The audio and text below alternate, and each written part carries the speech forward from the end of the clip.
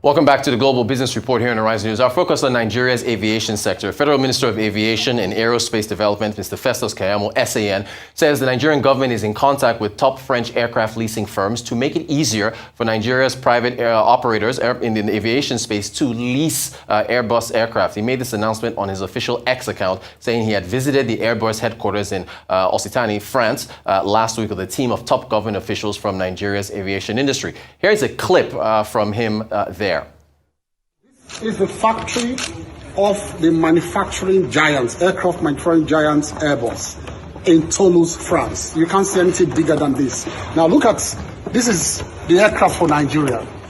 This is the jack of all trades for Nigeria, the A220 family, right? We have also this, okay, the A220, but this one is the Nigerian aircraft, what you see all the time in Nigeria. Now look at this. This is the mind-blowing one. This is the A350, okay?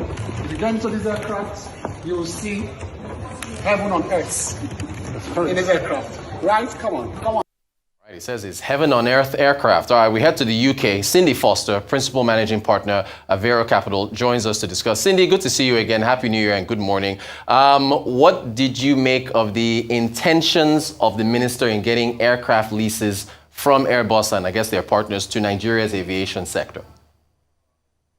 Hi, Rotas. Thanks for having me. Just a point of clarification. He's not trying to get the leases directly from Airbus. He's trying to get Airbus aircraft from lessors. And what his intentions are is a bit confusing because part of the roadmap was meant to be creating an aircraft leasing company for Nigeria. So he seems to have sidestepped the aircraft leasing company and has decided to, arrange deals with aircraft lessors on behalf of Nigerian airlines. So it's a bit confusing as to what he was exactly trying to do. So if we're trying to make sense of it, does that mean the government would be providing a guarantee for the lessors to get those aircraft over to Nigeria? Well, he hasn't specified in terms of financial guarantees. He's given reassurances in terms of repossession of assets, if deals don't work out. But it's really unclear. I think he needs to go back to his roadmap and fully understand what the aviation industry needs and not be trying to do a sales job for Airbus. Gotcha. I guess looking at the profit and cost levels for airlines in Nigeria, your customers are paying Naira for flights, but an airline is paying US dollars for leases. How do they come ahead? Can they come ahead in that scenario? It's incredibly difficult. The Naira is always chasing the dollar. We've seen the Naira has been in free fall for the last 2 years, really.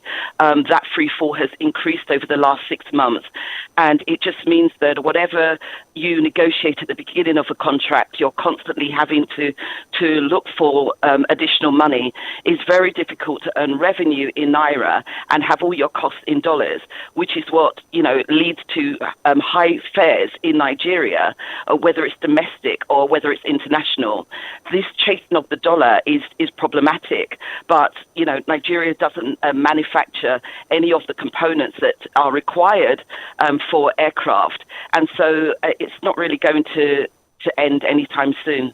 Well, you preempted my next question, and thank you for doing that. So, looking at Nigeria's imports, we're looking at Nigeria's trade figures in 2023. The highest category was machinery and transport equipment. It came in at about 12 trillion naira and an exchange rate of 1,500. That's almost $9 billion. I think about 8.5 billion.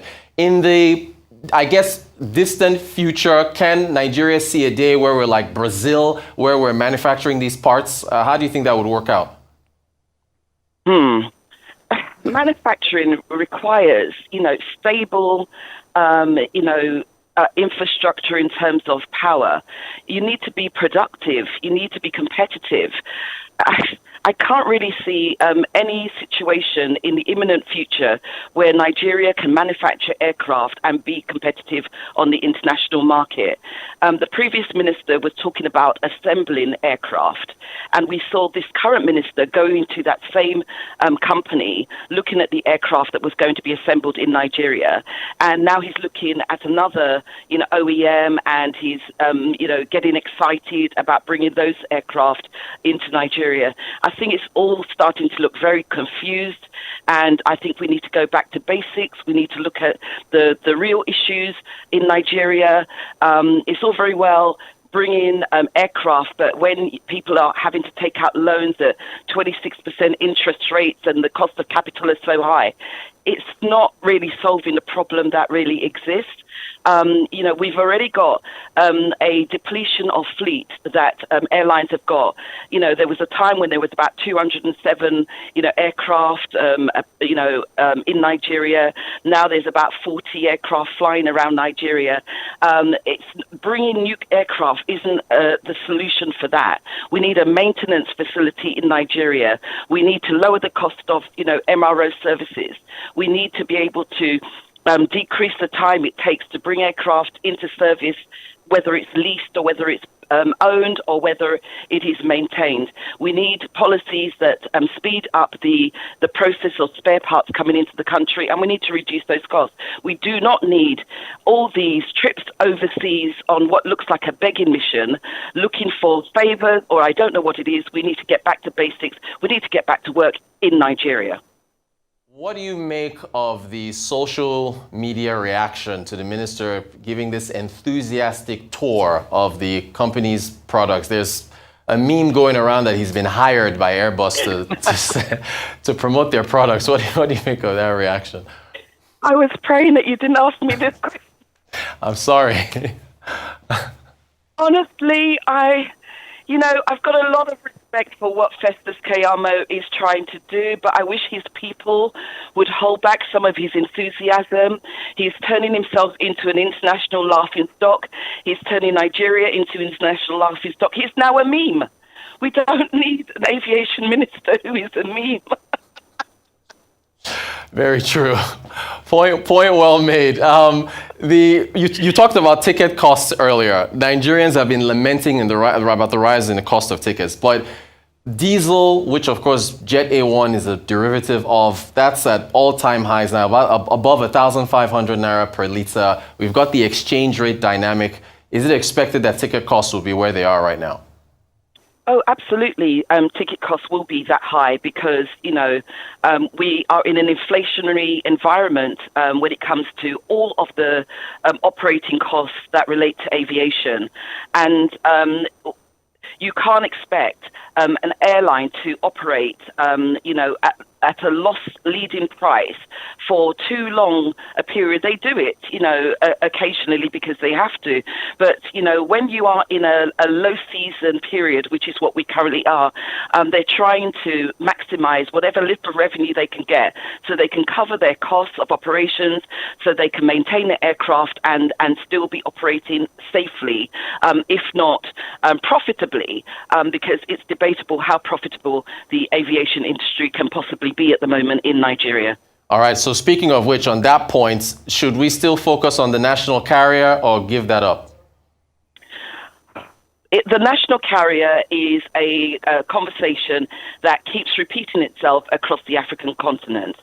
I don't think that the national carrier at the moment is necessarily going to solve all the problems. I think we do need increased capacity on international routes because we got like 90 to 100 BASTA agreements that are not being utilized on the Nigerian side. By increasing the international routes, we can bring down some of the international prices. And so it's very good that Air Peace are entering the Lagos-London market imminently. But I think we kind of need to get back to the basics of aviation, extend the operating hours of airports so the aircraft can be utilized more, which lowers your cost because you're able to spread your cost across more frequencies. And so I think we need to get back to how aviation works. We need to remove some of the restrictive policies which don't allow the airlines to attract as much revenue as they possibly could. So we are constantly at a disadvantage. We need to get back to what can we do to put the Nigerian aviation industry into a more stable and solid footing. Right now, I think there's a lot of distractions by ministers and technocrats who seem to be more interested in flying around to every destination in the world, looking at things which they never come back and implement. So I think we need to get back to basics. Final question for you, Sindy, before I let you go. It's Women's Month. We've been celebrating women of all professions. Are there enough women in the aviation sector like your esteemed self? Briefly, if you can. Well, for years, I've been one of the few in the room. There are more consultants coming out. There are more pilots. I love seeing female pilots. There's always been female flight attendants. But when it comes to engineers, I love seeing the vibrancy of the, aeronautical engineering, environments. They've got their own professional associations in Nigeria and they're internationally connected.